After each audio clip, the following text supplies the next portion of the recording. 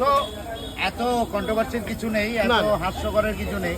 এটা scripted video, অভিনয় করা হয়। তো অভিনেতা সাকসেস, একদম অভিনেতা সাকসেস, আই এম অভিনেতা। এটা সব অভিনয়। আজকে 5টা দুষ্কৃতী থাকবে, সেবই অভিনয়।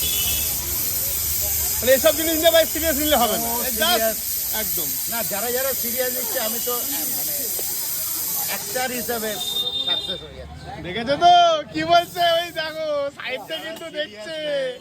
তাদের জন্য মানে আমি আচ্ছা তুমি কি সিরিয়াস নিয়ে নিচ্ছ?